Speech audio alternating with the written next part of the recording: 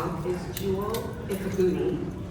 Jewel is a video game producer and CEO and host of Every Day is Yay.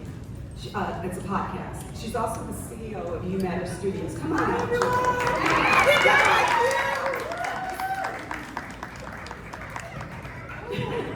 Next I have Kevin Fair, who's the CEO of I Play Games.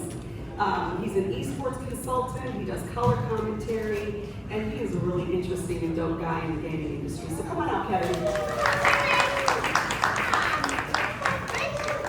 Next I have Jimmy Thomas. Jimmy Thomas is the founder of Do Something. This is a multi-hyphenate. DSA, Do Something Athletic. Crowda, he just got back from the Olympics in France.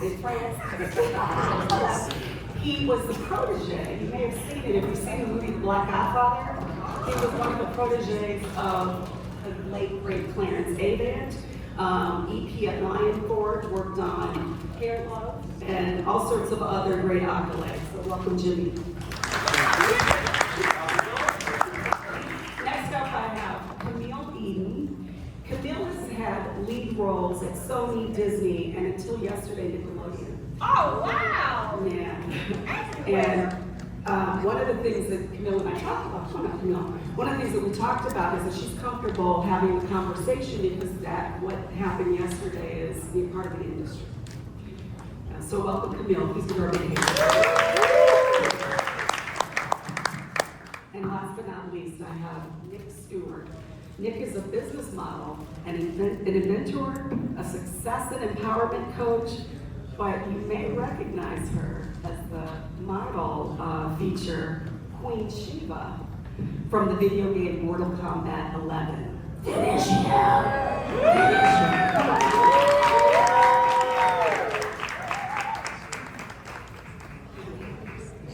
So thank you all for being here, and I'm so excited because first of all, I'm a big animation geek, and I'm also a gaming geek, and I was throwing out backstage, who's seen The Last of Us? Who's seen this? And by the way, Kevin, can I tell what happened? Yeah, go ahead. Okay, so Kevin has his backpack, he falls up on Nik, and he says, I know who you are, and I just want to ask you, after we do our work, could you help me out? And he pulls out a headshot of her for a signature. It's true. It's true. It was awesome. It was awesome. So I want to start with your personal journeys, and I'm just going to have you sort of go down the line and just talk, 2 minutes, because I want to get to some other questions, and I want to, hopefully leave time for the audience to ask some questions. But I'd love for you to talk about your personal journey, whether it's in the animation or gaming field. How did you end up there? And tell us your story. All right, I'll kick off. Hi everyone, I'm Jewel. I'm also a video game producer. So I started my journey in college. So it was during my hackathon, summer right after freshman year, and I worked with friends to build a video game called #Queen. The brand is consistent. So after doing that, I was like, I want to continue to build this for all kids and make sure they're represented. So I started my own media company, YouMatter Studios, when I was 19, and we started video games from there. So as we were building that, I wanted to echo that in my day job. Went to interview for a program manager role at Xbox. So I got the role right out of college, and yes, that was the first college hire. And the team was called Gaming for Everyone. So it was all about how do we make games inclusive as well as our culture. And then after that, I worked for Minecraft for a couple of years as a technical PM and a video game producer. So I got to really understand the importance of shipping games on multiple platforms. And then from there, I took a leap of faith, left Microsoft after a couple of years to work for an indie game studio where I was their lead game producer. So that's like what I do, is everything with game production, and then of course my talk show. I'm excited to talk about more. Amazing, thank you. Well, I don't really know how you follow behind working at Microsoft and being at game head of all of that. I just knew that I hated my job as a 22-year-old. But guess what? I was in a really fortunate place to not like my job. I graduated with a degree in computer science, but then I went immediately into accounting. And we didn't really have a lot of progressive conversations around mental health. And so I probably was depressed, but it really caused me to kind of reflect on what I wanted to do in life, right? So I thought about how I really enjoy video games and I wanted to do something. So I really started a company with the idea in mind of creating these competitions for people. And as a 22-year-old with my finger on the pulse, I really understood where game entertainment was going to go. And knowing that things like streams and competitions and color commentary, that type of thing was going to take off, really kind of just dove into it. But guess what? My parents were like, so you're starting a gaming company? And, you know, leaving a Big Four accounting firm for that was definitely a leap of faith. Yeah. And really kind of getting into it, I get to have the fun in creating these experiences for people at live events. So imagine we have a corporate client that wants to say, hey, we want something that's consumer facing. And so we create these really cool experiences through video games by creating the floor plans, giving you the equipment for it, the manpower that sets it up. We have a gaming room over there in the Washington Park room. Really nice, cute example of that. And the thing that I really take a lot of pride in is our ability to pivot that into the educational space. So guess what? I used to break my computer as a kid, but I had to hurry up and fix it before mama got home, right? And so I think that lesson still applies today. So we have a lot of fun getting kids into competitions, but also teaching them things in the STEM fields at the same time. So I get to go to a different school every day, beat up kids in video games, and tell them that they learned a lesson. But no, seriously, we get to make these really big events at Comic-Con, things like that, where some kids get some shine at being good at video games that have never been recognized for that talent before. So in a nutshell, that is what I like to do, and I mean, I just have a lot of fun doing it, and I can talk your head off. So I mean, I'm gonna put the microphone there. Thank you. Nik, let's hear about your journey. Yes. Hi guys, my name is Nik Stewart. I'm from the Cayman Islands, and I grew up playing video games really young. And I got into sports modeling right after high school, and then moved to Chicago. I started acting classes, and I was like, all right, I'm gonna try the acting thing. And I started to book my first commercial, like the first month I started. And then I booked, I got a call from my agent, and they were like, hey, would you be interested in being a video game face character? And I was like, absolutely. And I didn't even know which game it was, and closer to the time, I got more information. They were like, yeah, you're gonna be the face of Queen Sheba. And I was like, no way. Because I grew up playing Mortal Kombat, and I think Baraka was my favorite character. But I really liked Queen Sheba. I just felt like she was really sexy. And when they asked if I wanted to do it, I was like, oh my God, this is gonna be amazing. And I can't wait to tell everyone back home, because we all play Mortal Kombat. And that's how I got into the video gaming scene. Excellent, thank you. Thanks, Nik. Camille. Hi, everybody. So my background, I started actually as an art major in school, and I wanted to be an illustrator. I love clothes and fashion, and I thought I was going to be a fashion designer. So went and studied art at San Francisco State, and I thought that was what I was going to do. While I was there, I took a film class, and then I kind of discovered that there's art in film, and that kind of changed my trajectory completely. So I did film studies.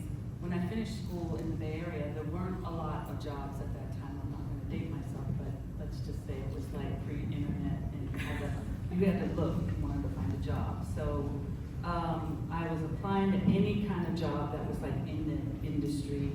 A friend of mine who went to stay with me, she was working at a company, I don't know if you know, Industrial Light and Magic.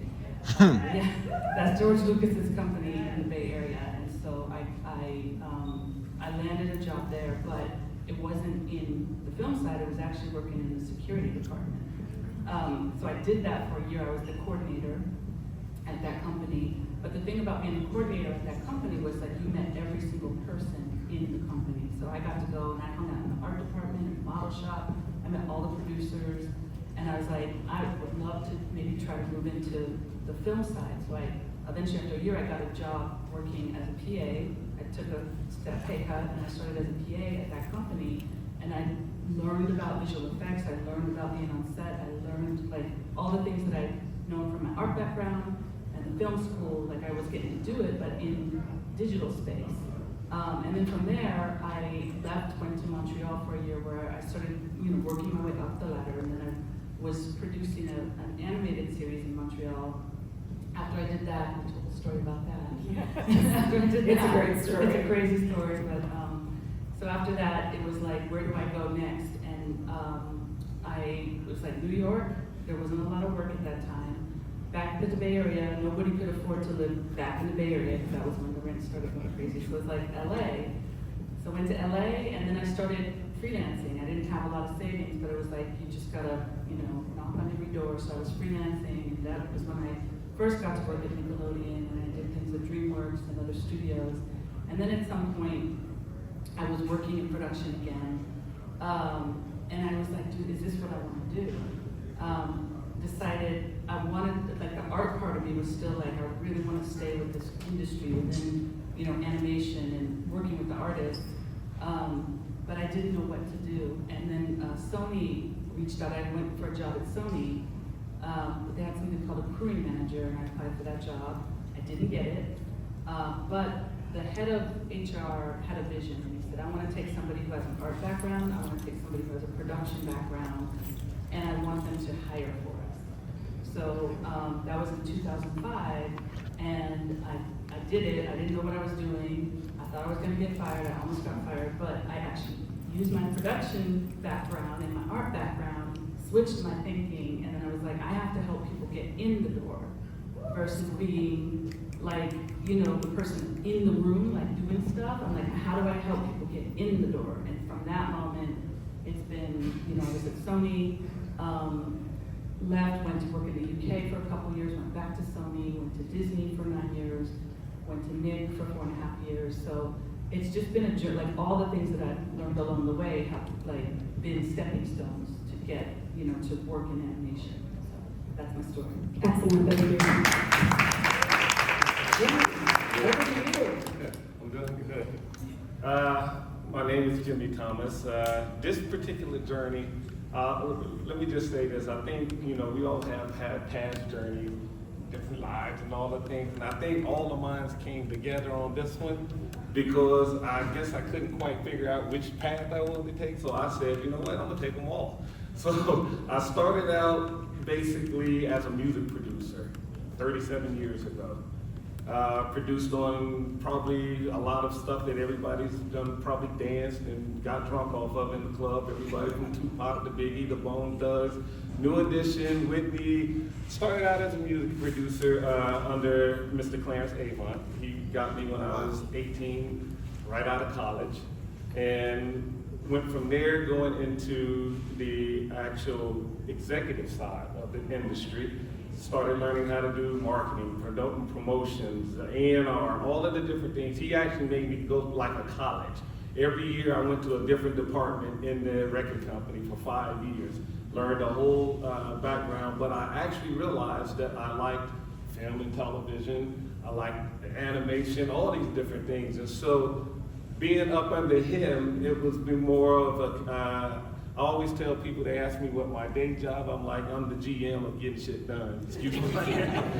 Because when Mr. Avon asks you to do something, it is no, or I don't know how, it's go get it done and come back. And so I got into animation a couple of years ago because he asked me to consult Mr. David Stewart Jr., who owns Lion Forge Animation. And so Senior came to me and said, hey, I want you to work with my son and my daughter and help them figure it out. And at the time, Junior was only in comic books. And I don't know anything about comic books. And so I say, I do know about IP. Let's take this IP and let's start, I'm gonna date myself. I call them cartoons. So, yeah, I call them cartoons, so he formed Lion Forge Animation, and so that was my first introduction into animation. And so we started building all of these beautiful IPs and working on, the first project that I brought in was Hair Love. Matthew Cherry. Academy Award winning here. And so from there, everything took off. Since then, I've started my own animation company called UGM, Unlikely Group of Misfits, because all of the guys that work for us, everybody had different jobs and from different backgrounds and different things. And so we love telling stories and bringing them to life. Thank you. Thanks, Jimmy. You know, one of the common threads that I just realized is everybody here, including me, started out doing something else. I spent the first 25 plus years of my career as a senior corporate executive, and then I pivoted to film because I was always interested in the arts. So I love that, and I love that journey that, I think that one of the things that is so powerful is that we're all able to bring other skills, transferable skills to bear, with other things that we've done, including accounting, because there's definitely a financial piece of being an entrepreneur. Yes. So Camille, I'm going to go back to you for just a second, because one of the things that, we've talked about are some of the challenges in the industry. And so, will you share, some of your experience in terms of that, some of the challenges that you've encountered, and how you've pivoted and adjusted? Yeah, and it's a crazy time right now in entertainment and in animation. Like we talked about at the beginning, Sonya mentioned, as of yesterday, I was vice president of talent development, recruitment, and outreach, but because of what's happening in the industry, because of all the things, because of streaming and the company borrowing for streaming, they let go of 2,000 people just on Friday, and I was one of them. So that is a big challenge. It is the reality of what's happening right now. That's a challenge as far as like career goes, but the other challenges, of being a Black woman in this industry, it has been a challenge. It's usually been where I've been the only person in the room. Many times. It's coming into a room even with all my years of experience and having to prove myself. I've had to prove myself over and over, and it's something that, it's not to be sad about it, depressed about, but I take that energy and I channel it into like, okay, let me show them what I can do, when I come in. And what it's allowed me to do is like, I can come in and I can read a room, and I'm sure like most people here, you learn how to read that room. So you know what you have to say here, but you know what you have to do there. And I think that, taking those things that are challenging and turning them into energy to propel you forward is the thing that keeps me going. And this is, I look at it, this may sound very strange, but I look at being laid off as a gift. Because now I get to take all my knowledge, I'm here right now, making all these new connections, right? And I'm like, okay, let's see what we can do, and how we take this and turn it into something new, right? I take all my knowledge, all my energy, and I'm gonna throw one more challenge in there, is, a lot of times in entertainment, where you're doing conferences, you're doing festivals, the work I do is called outreach and talent development. Part of that job is going to things like this, meeting people, creating pathways on how to bring them in. I work with a lot of nonprofit organizations. I work in a lot of underrepresented communities. The biggest challenge for me has been when I go back into these more corporate environments is, how do you make that work sustainable and continue to go on rather than a checklist, right? Because a lot of times people will be like, this is great, I love this program, this is fantastic, let's put money into it, let's do it, let's go, let's create a program. And then, a year down the road, a couple years down the road, those are some of the challenges we're starting to face now in not just animation, but in entertainment, but in business, right? So it's like, how do we manifest and keep programs going? How do we keep festivals like this and make them grow?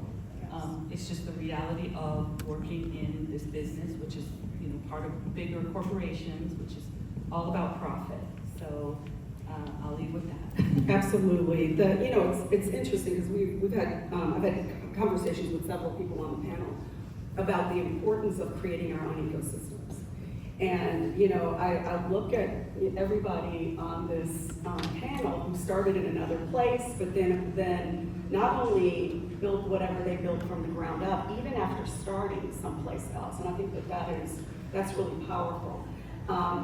What do you all think that the existing industry, the industry that everybody goes to, can do to better support Black talent? But I'm going to add another part of that question, which is, or are there things that we need to be doing as creators, as animators, as gamers, to create more opportunities for our people? I'm just gonna go for it. I feel like the big blocker for us right now is access. When I talk to schools, they don't know about video game production, or they don't know about game testing, or they don't know what it is to be a data scientist, or little things like just nuances in the gaming industry. So I think we need to like educate and provide more information about like what the different roles are, and that there's different inroads into getting into games as well. So I think that would be helpful. I can only piggyback on that. A lot of the kids that, I get to reach, guess what? You're educating mom and dad too at the same time. That part. And so a lot of times you'll be like, hey, we talk about like careers in games, right? And you experience this a lot. But guess what? Mom and dad will be like, so besides being a YouTuber or a professional gamer, what is there, right? And so you end up talking about all these different things that go beyond content creation. And then, of course, you have all of the technical jobs that people are like, I've never even heard that word before, right? And so I think one of the things we can do as creators is try to, when we talk to audiences, try to make sure that you give it in a way that they can understand, like, oh, so here's the skills that come with learning this kind of job, right? And then that way people have a clearer idea of like, oh, there's a variety of things that you can do that have nothing to do with being a face or a talent in that way, so. Wait, is that your brand? I had to hook up. Oh, you did. Thank you, Kevin. Nik, how do you incorporate your cultural background into your work? Your personal experience, sorry, let me say it differently. How do you incorporate your cultural background and your personal experiences into your work?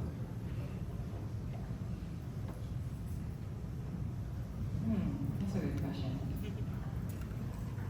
That's why I'm here. That's a good question. I think remembering where I'm from and not being afraid to. One of my biggest things is keeping my accent and not dumbing it down because I'm in an environment with Americans and using that as my superpower and just not being afraid to speak and tell people where I'm from and allow you to hear my accent and just, I guess, be a part of that as your experience as well. But yeah, I would say that's my most cultural thing that I walk with. Thank you. How about you, Camille? So culturally, like my mother's from Central America, and a lot of people, when they see my mother and they see, I was taking a story about being in San Francisco and with her culture, I'm I have the Afro-Latin background, and we'd walk into a store and she'd just start, they'd look at us like, what are you doing here? And then she'd just bust out and start ordering what she needed, right? And I think, culturally is bringing that, people will just look at you at face value and assume you're this, right? They already assume you're that because they look at you and they see this, but there's so much richness to us as a people. There's so much richness, there's so much culture. And I think it is like you show up and don't dumb down that other side of you. But it takes a lot of time to feel comfortable doing that, because already you walk in a room and it's like, you're just like, I just gotta keep this job, I just gotta keep my head down. You don't wanna talk about the culture piece. So it's like, show up and be proud of your background, be proud of what you've accomplished, be proud of your people, wherever you come from. Because we are beautiful, Yes, yes. yes.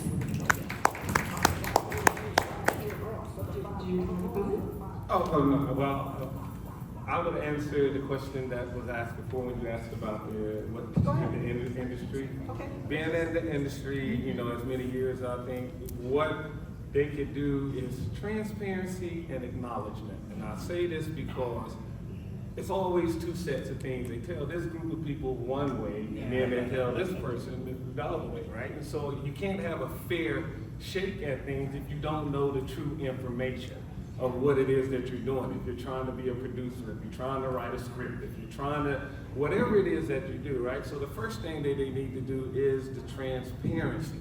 Make all of that available, and on a fair playing field. The second thing I say is the acknowledgement. And what I mean by that, because you will be amazed of how many things that you see, little things, big things, small things, that us as people of color and women and men that are doing, that nobody gets the credit for, right? And they all takes all of this credit, and it makes you think that we're not there. We don't have to see that. No, we do. They just not giving us the credit for it. So if it was two things that I would tell them to do, is to be acknowledgement and the transparency. And then for us on the other side, what can we do?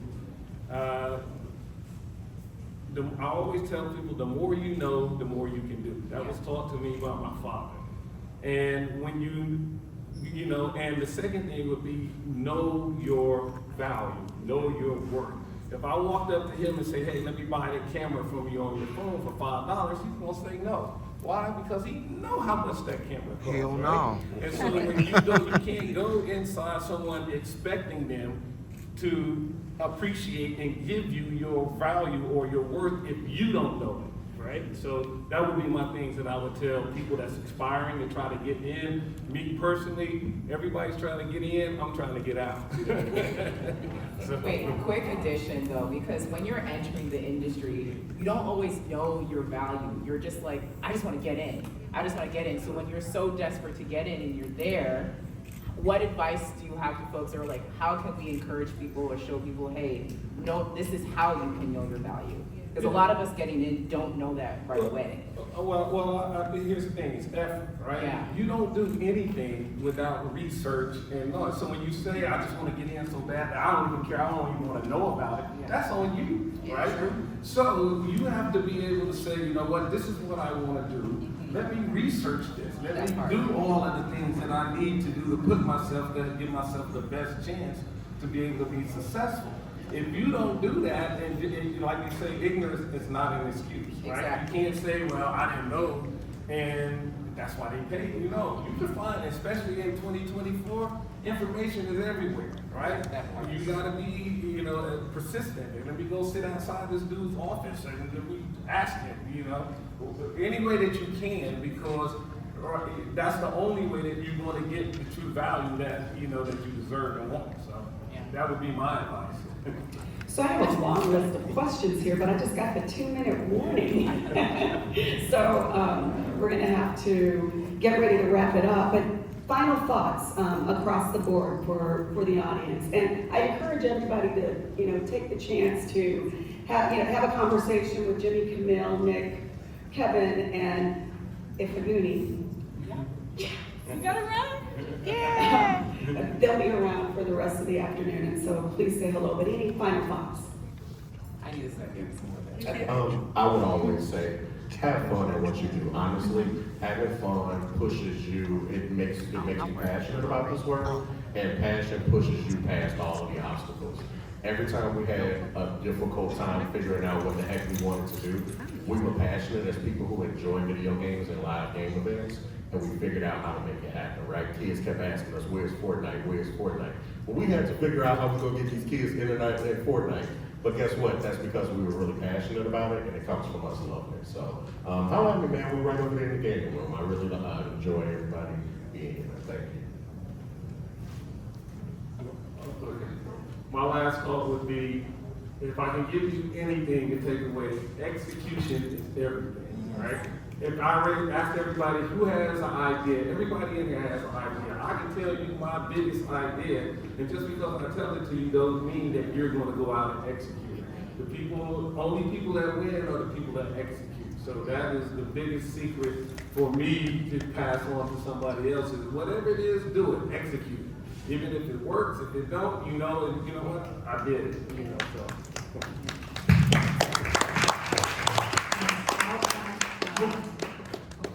You go.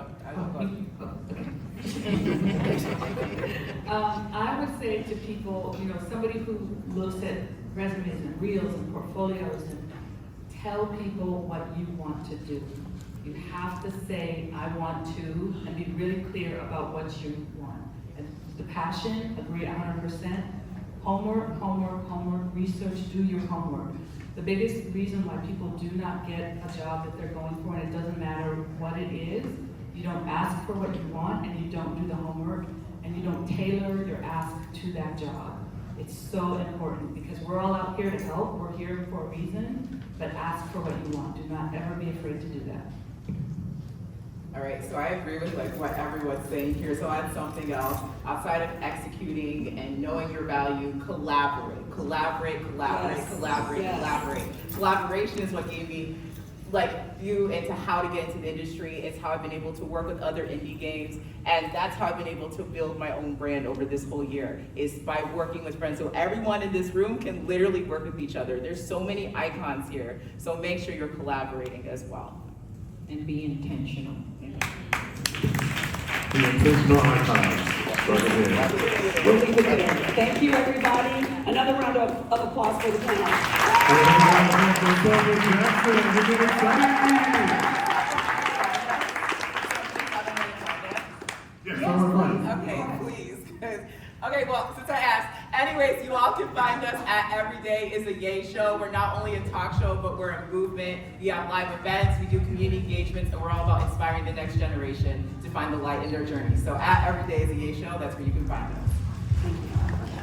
IPG Nation, that's my website. It's I Play Games Nation. You guys can send us emails, all that type of stuff. Catch our socials there as well. And my Instagram is at the Nik Stewart, very simple, TheNikStewart, the Nik Stewart, that is all. Got it. Follow me back. Find me on LinkedIn. LinkedIn, I think it's, I have no social media, so it's either LinkedIn or catch me in the wind. All right. One more time. So it's Father's Day. Father's Day goes on our next panel, okay? Whatever it is. And then Sonya double duty.